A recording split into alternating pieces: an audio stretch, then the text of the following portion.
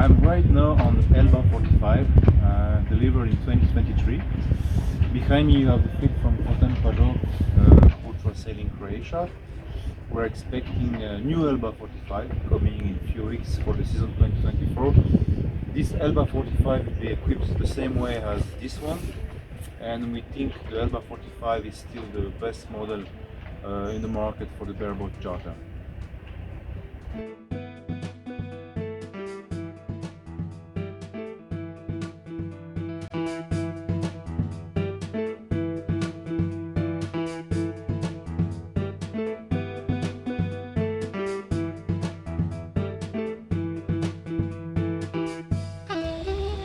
Just behind me you will find the catamaran fleets we have in Marina Baotic, very close to the Split International Airport.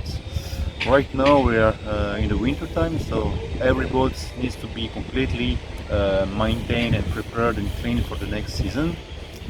And we can't wait to see our first guests coming in a few weeks when everything will be ready.